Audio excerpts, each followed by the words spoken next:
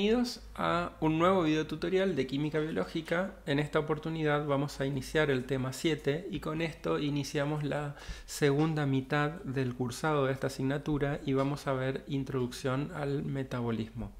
El metabolismo tiene grandes áreas. Nosotros nos abocaremos a lo que es el metabolismo intermediario, que es el conjunto de reacciones químicas que se producen en una célula que están destinadas a construir una biomolécula o bien a obtener energía a partir de los enlaces que ésta tiene, ¿no? Como organismos vivos que formamos parte de la biosfera, nosotros estamos en permanente dependencia de la energía solar. Los vegetales, por ejemplo, a partir de esta energía solar y el agua que consumen a través de las raíces y el dióxido de carbono que absorben a través de la atmósfera, utilizan esta energía para construir los carbohidratos. Lo que en realidad ocurre es que la energía del sol se utiliza para romper la molécula de agua. Esto genera oxígeno y los protones del agua van a reducir el dióxido de carbono a carbohidratos. Luego, estos carbohidratos y el oxígeno que ellos producen son tomados por los organismos heterótrofos, es decir, nosotros, que utilizamos el oxígeno que liberan los vegetales para oxidar a estos carbohidratos, y eso se denomina respiración celular. Y esa respiración celular ocurre para obtener energía a partir de estos carbohidratos, que es útil para todas las funciones celulares. ¿Qué obtenemos como productos de desecho de esta oxidación? Agua y dióxido de carbono. A eso llamamos combustión. Entonces, los productos de una combustión son tres: agua, dióxido de carbono y energía. La energía que en realidad utilizamos para otras funciones celulares. El agua y el dióxido de carbono es un desecho para la mayoría de estos organismos, pero a su vez estos dos compuestos son reactivos para que los organismos autótrofos, a través del proceso de fotosíntesis, generen nuevamente carbohidratos y oxígeno. Entonces, este ciclo en la naturaleza es el ciclo de flujo de energía, y en realidad el metabolismo intermediario tiene tres niveles. Un primer nivel que implica el manejo de las macromoléculas, es decir, las proteínas, los ácidos nucleicos, los polisacáridos y los lípidos, que si bien no son polímeros, se comportan como tales. Para que sean polímeros, los monómeros tienen que estar unidos por uniones covalentes. Los lípidos no están unidos por uniones covalentes, pero se comportan como tales. En el segundo nivel del metabolismo intermediario tenemos el manejo de los monómeros, es decir, los constituyentes de cada una de estas macromoléculas. Entonces, lo que ocurre en estas dos reacciones que ven acá es que estos polímeros pueden simplificarse, es decir, pueden romperse en sus constituyentes, se van simplificando, y a eso denominamos catabolismo. Por el contrario, los monómeros también pueden unirse y anabolizarse. Entonces, a partir de ahora vamos a considerar que cuando una molécula se rompe o se simplifica o disminuye su tamaño, se está catabolizando, y cuando se está sintetizando o construyendo, se está anabolizando. Otra principal diferencia que existe entre el catabolismo y el anabolismo es que la molécula grande en el catabolismo, que se está simplificando a sus constituyentes, se oxida. Por el contrario, en el anabolismo, estos monómeros se reducen para poder sintetizar un polímero. ¿Qué significa que una sustancia se oxide? Significa varias cosas. Significa que por un lado pierde electrones, también pierde protones, y cuando una molécula se reduce, esa molécula gana protones o gana electrones. También se dice que cuando una sustancia se oxida se deshidrogena, porque pierde protones, y cuando se reduce se hidrogena. En el catabolismo siempre hay pérdida de energía o liberación de energía, que es la energía que se libera cuando se van rompiendo los polímeros, y por el contrario, cuando tenemos una reacción anabólica, la molécula que se construye se hace gracias a un proceso de inversión de energía. Es decir, hay que invertir energía en el proceso de unión de los monómeros para poder construir los polímeros. Siguiendo la vía catabólica, estos monómeros se oxidan a moléculas intermediarias como son el piruvato, el acetil-CoA o los intermediarios del ciclo de Krebs, y luego estas moléculas, si se siguen oxidando, se generan moléculas más sencillas como agua, dióxido de carbono y amoníaco. En cada una de estas instancias se va liberando energía, que es la energía que se va a aprovechar para las reacciones metabólicas de la célula, ¿no? Por el contrario, como decíamos recién, hay que invertir en energía para que estas moléculas se vayan convirtiendo en intermediarios metabólicos y luego que esos intermediarios metabólicos den monómeros o macromoléculas.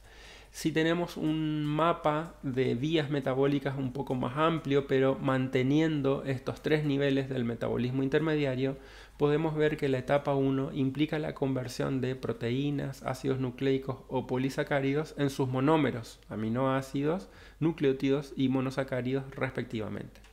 Como decía, los lípidos no son polímeros, pero pueden hidrolizarse a glicerol y ácidos grasos, es decir, los triacilglicéridos, que son las moléculas que mayormente se manejan en el metabolismo intermediario.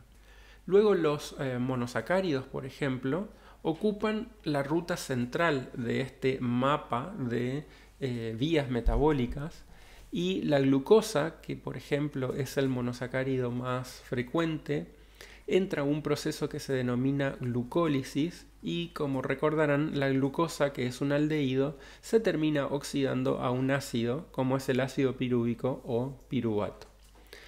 Posteriormente, el piruvato entra a un complejo multienzimático que está dentro de las mitocondrias, que se llama complejo piruvato deshidrogenasa, y finalmente se transforma en acetil-CoA. Entonces, la glucosa, que es un compuesto que tiene 6 átomos de carbono, termina transformándose en 2 moléculas de piruvato, y luego cada una de esas moléculas de piruvato se transforman en acetil-CoA, que es una molécula que tiene 2 átomos de carbono. Entonces allí ya un primer carbono del piruvato se termina oxidando a dióxido de carbono. Luego estas moléculas de acetil-CoA entran a un proceso que es el ciclo de Krebs, y finalmente ahí estos 2 átomos de carbono del acetil-CoA terminan transformándose totalmente en dióxido de carbono. Este dióxido de carbono es el que va a los vegetales. Como decíamos recién, en las reacciones catabólicas el metabolito principal se oxida y eso significaba que perdía electrones. Entonces, ¿a dónde van a parar esos electrones? Van a parar también adentro de la mitocondria a un complejo que se denomina cadena de electrones, que está acoplado a otro proceso que se denomina fosforilación oxidativa. A lo largo de ese proceso, que vamos a ver más adelante en este mismo video tutorial, moléculas que se denominan transportadores electrónicos se reoxidan y de esa manera mantienen activas a las vías catabólicas que dieron origen a estos transportadores. Como producto de este proceso, de la cadena de transporte electrónico y la fosforilación oxidativa, el oxígeno se reduce a agua y es el agua que nosotros exhalamos el que va a los organismos autótrofos que hacen fotosíntesis.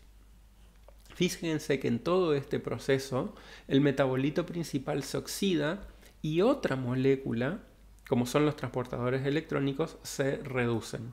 Entonces, de acá también sacamos una primera conclusión, que siempre que una molécula se oxida, otra se reduce. También pueden hacer catabolismo las proteínas y convertirse en aminoácidos.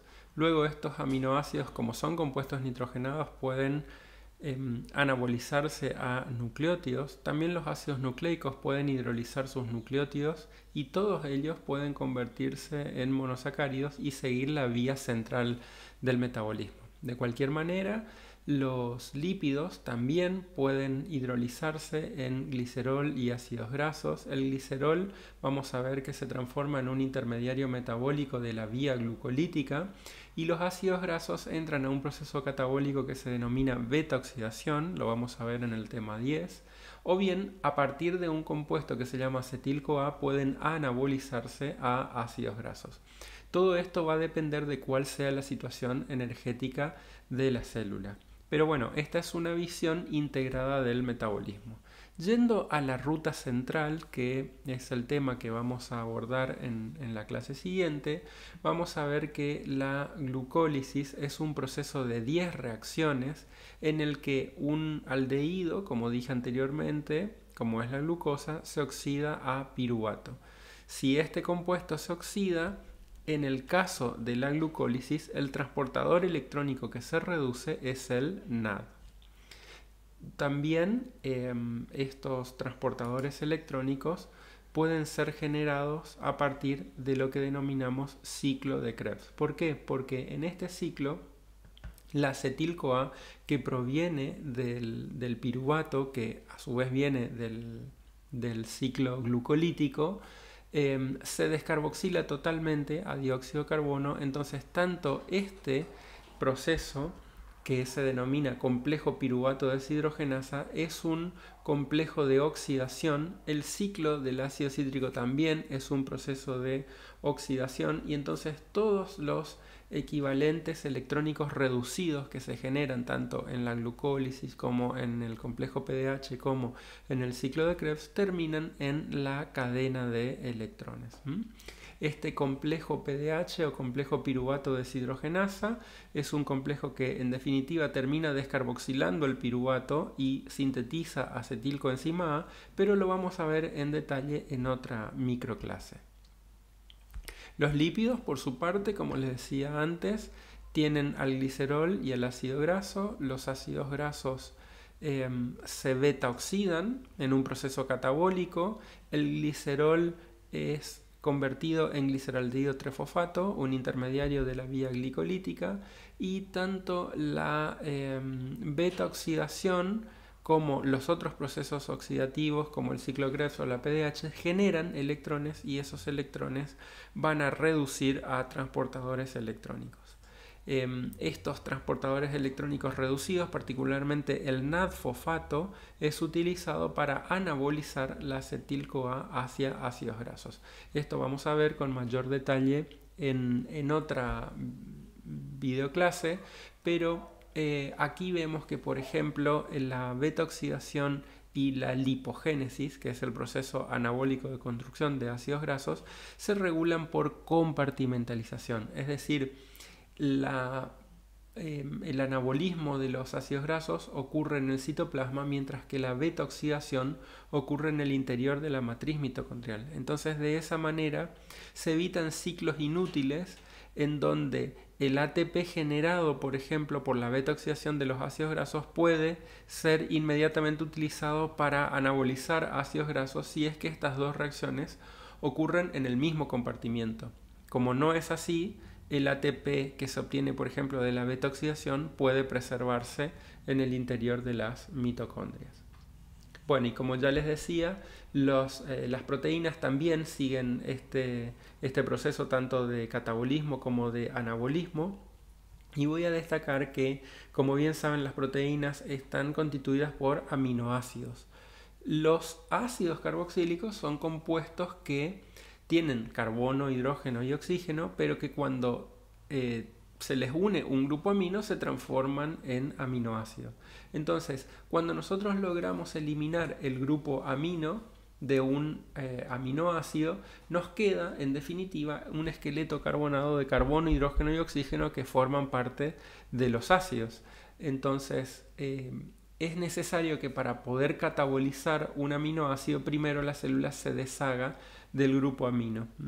Y este grupo amino se va a ir al hígado, va a formar parte de lo que denominamos ciclo de la urea, y entonces así se va a poder eliminar. Pero el objetivo de esto es quedarnos solamente con un esqueleto carbonado capaz de ser catabolizado en distintos ciclos.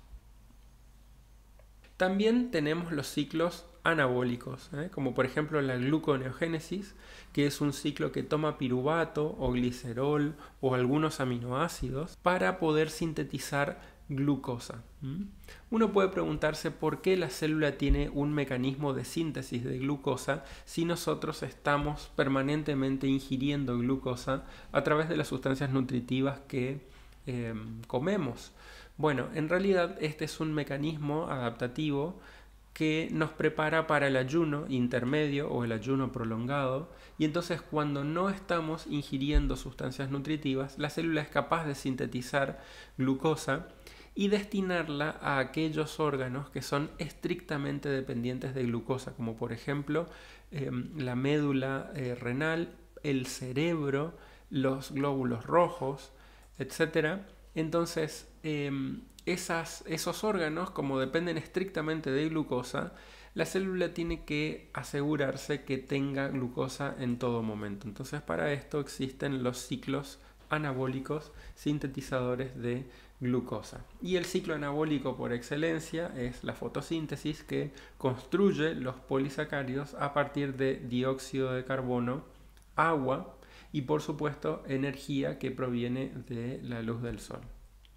Como se puede ver en este mapa de vías metabólicas, tanto el catabolismo de los aminoácidos o de las proteínas, el catabolismo de los ácidos grasos, desembocan a este nivel, o bien se transforman en piruvato y luego el piruvato se descarboxila a acetilcoenzima A, o bien desembocan directamente en la producción de acetilcoenzima A, o bien en intermediarios del ciclo de Krebs.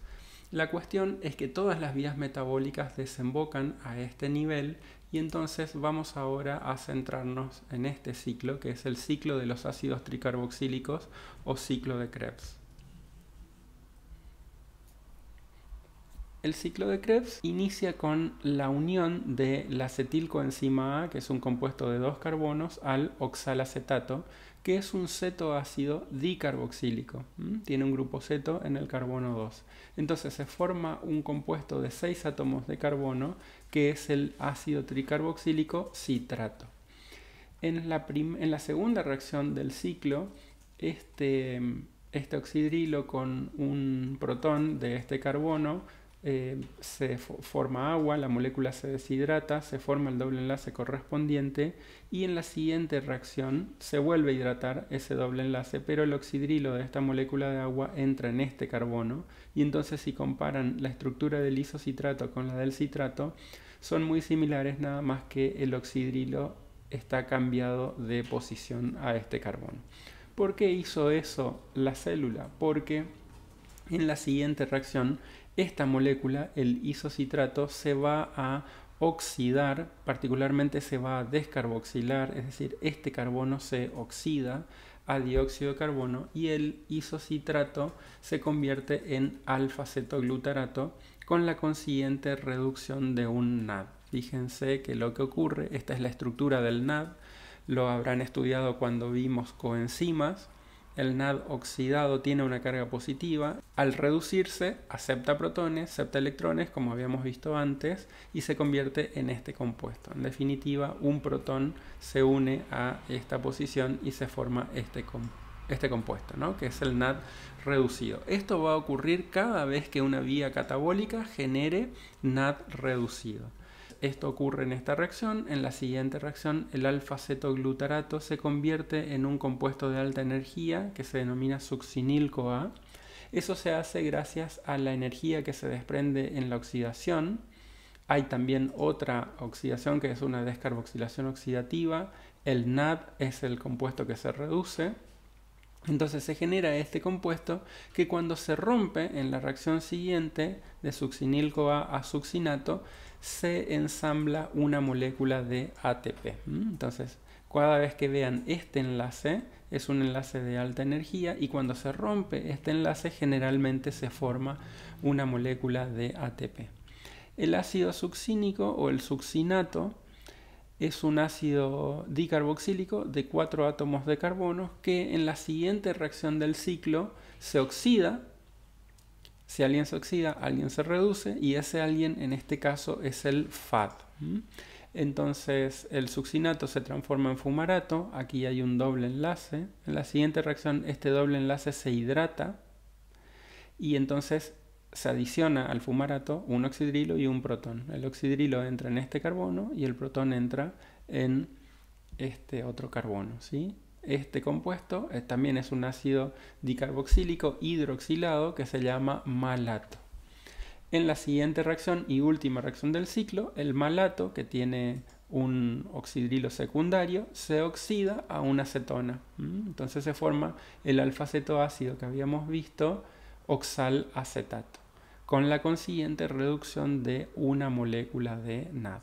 Entonces, fíjense que el producto final del ciclo de Krebs serían 2 moléculas de dióxido de carbono que provienen del acetil-CoA, 2 oxidaciones oxidativas, 2 descarboxilaciones oxidativas, la del isocitrato y la del alfa-cetoglutarato, con la consiguiente producción de 2 moléculas de NAD reducido, una molécula de ATP cuando se rompe la succinilcoenzima A, una molécula de FAT reducido cuando se oxida el succinato y una tercera molécula de NAD cuando se oxida el malato. Entonces tenemos 3 NAD, un FAD, un ATP y 2 moléculas de dióxido de carbono como producto final de este ciclo. Como todo ciclo, tiene 2 partes. Una primera parte destinada al objetivo metabólico del ciclo, en este caso la oxidación de los 2 átomos de carbono del acetil-CoA, y una segunda parte destinada a la regeneración del compuesto que va a cerrar el círculo, en este caso el oxalacetato. Entonces fíjense que después de que el isocitrato y el alfa-cetoglutarato se descarboxilan, nos queda succinil-CoA o succinato si se quiere. Entonces esta segunda mitad del ciclo está orientada a la regeneración del oxalacetato. Por eso primero se deshidrogena acá, se forma un doble enlace, este doble enlace se hidrata y luego este oxidrilo se oxida a un grupo ceto para formar el oxalacetato. Todas las vías catabólicas, todas las vías oxidativas generan NAD o FAT reducidos. Entonces, para que una vía catabólica no se detenga, se necesitan 2 cosas. Primeramente, un metabolito, que es el metabolito que se va a oxidar, en este caso el acetilcoenzima A, y moléculas que recepcionen los electrones que van a salir de la molécula que se oxida. Y esas moléculas generalmente son NAD o FAD, o también puede ser NAD-fosfato, pero generalmente es NAD o FAD las moléculas que son nucleótidos en realidad que recepcionan esos electrones de la oxidación. Y por supuesto, estas moléculas se reducen al pegar los electrones o también los protones, ¿no? En este caso particular del ciclo de Krebs es por un lado oxidativa porque la acetil-CoA se termina oxidando a dióxido de carbono, pero también hay otras sustancias que son de reducción, ¿no? Entonces cuando o sea que puede considerarse el ciclo de Krebs también como una vía anabólica, porque ya vamos a ver que se van sintetizando otras moléculas en el ciclo de Krebs. Entonces, cuando una vía es anabólica y también es catabólica al mismo tiempo, se dice que la vía es anfibólica. Al mismo tiempo, el ciclo de Krebs puede servir como un ciclo alimentador de otras vías. Entonces, cuando, por ejemplo, el citrato se va hacia la síntesis de ácidos grasos o de colesterol, se dice que el ciclo de Krebs está alimentando esa vía. Entonces, cuando una vía o un ciclo alimenta a otro, se dice que esa vía es anaplerótica. Cuando la vía construye una molécula, se dice que es anabólica, y cuando destruye o simplifica una molécula, se dice que es catabólica. Cuando es anabólica y catabólica al mismo tiempo, se dice que la vía es anfibólica, y eso es el ciclo de Krebs. Ya cuando veamos otras vías, vamos a entender por qué el ciclo de Krebs es anfibólico y es anaplerótico. Entonces, para que todos estos transportadores electrónicos sirvan en las vías catabólicas, tienen que estar en estado oxidado. Entonces, tiene que haber un mecanismo que regenere estos transportadores electrónicos, y ese mecanismo está centrado en la mitocondria.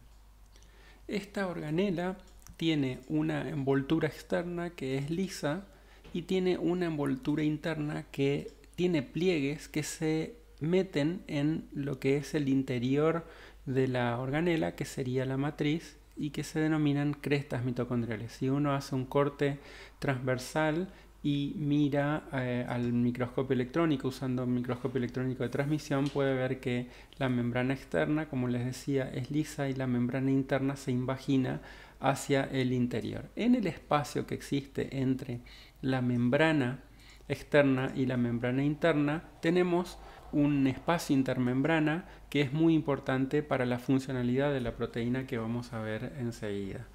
En el interior, en la matriz, ocurre el ciclo de Krebs.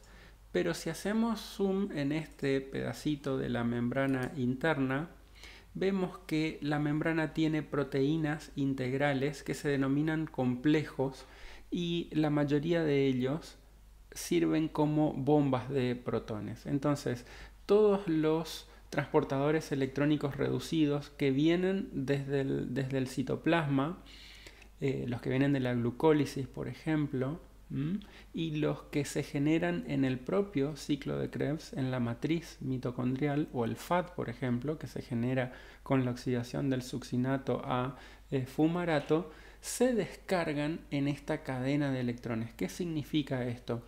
Que el NAD reducido se acerca, por ejemplo, al complejo 1 y se oxida, es decir, descarga sus electrones y descarga sus protones. El FAD se acerca al complejo 2, en realidad está unido prácticamente al ciclo de Krebs, descarga sus protones y descarga sus electrones, ¿no? Entonces se oxida. Los electrones que vienen de la oxidación de estos transportadores electrónicos se van salteando entre los complejos que ven acá en marrón, hasta llegar a un último aceptor de electrones, que es el oxígeno que nosotros inspiramos. Cuando se van pasando de complejo en complejo, algunos complejos están muy separados de otros, por ejemplo el complejo 2 y el complejo 3, o el complejo 1 del complejo 3 están muy separados. Entonces, para esos casos, los electrones son transportados por una proteína móvil muy hidrofóbica, que se mueve libremente entre los fosfolípidos de la membrana, que se llama coenzima Q. Entonces, los electrones que se descargaron en el complejo 1 saltan a la coenzima Q, o los del complejo 2 saltan a la coenzima Q, y esta molécula lleva los electrones hacia el complejo 3. Después, entre el complejo 3 y el complejo 4 pasa lo mismo.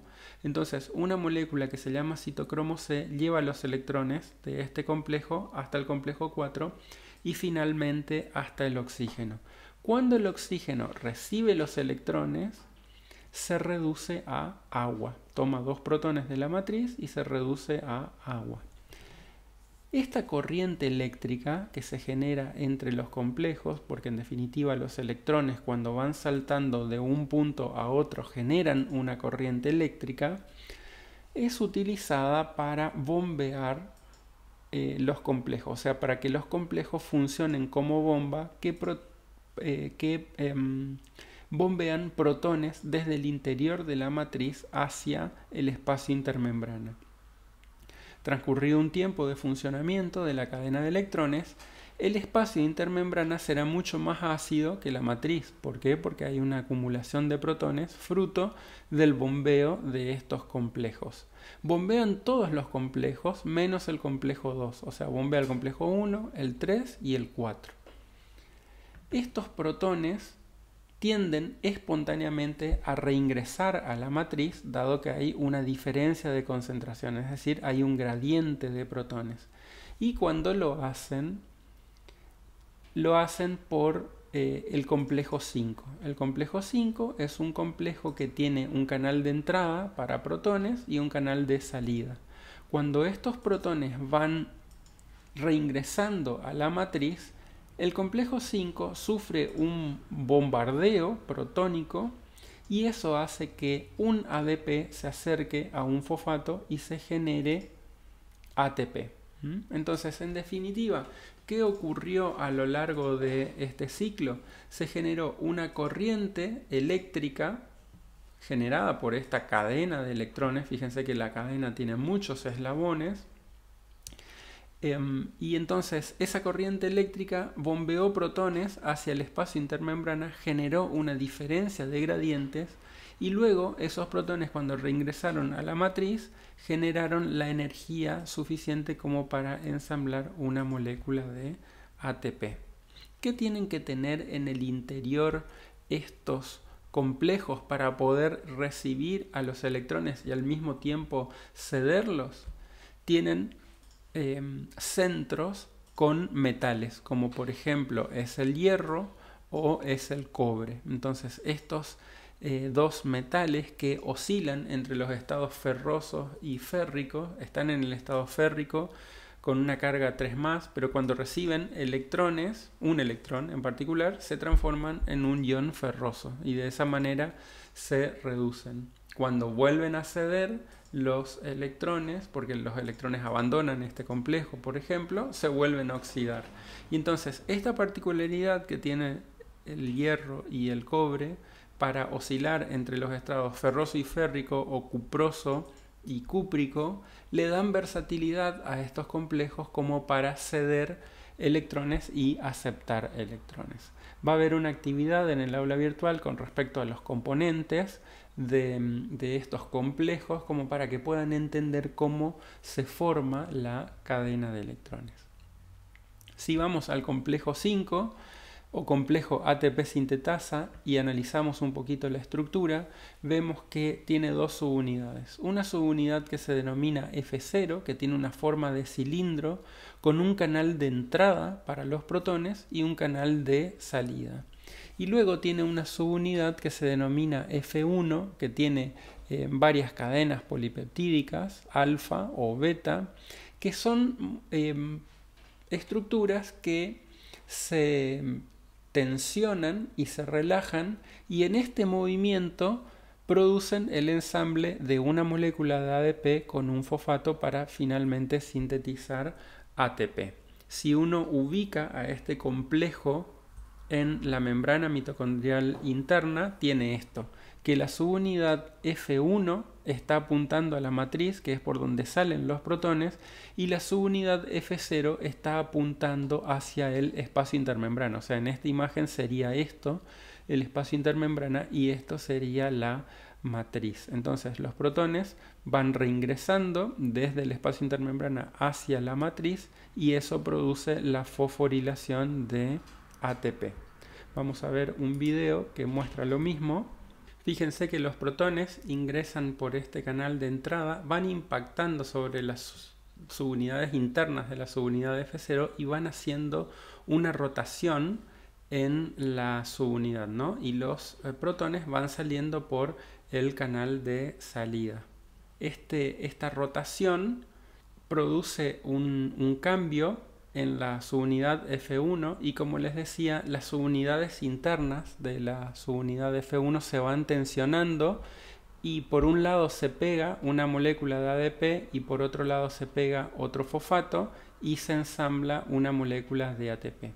Estas tensiones se producen gracias a que toda la estructura de la proteína está constituida por alfa hélices y en algunos casos beta plegadas. Bien, entonces a lo largo de este tema hemos visto una introducción al metabolismo intermediario, hemos visto qué significaba una vía catabólica, una vía anabólica, vimos que cuando las moléculas se oxidan ceden protones, ceden electrones, es lo mismo decir que una molécula se deshidrogena a que decir que se oxigena.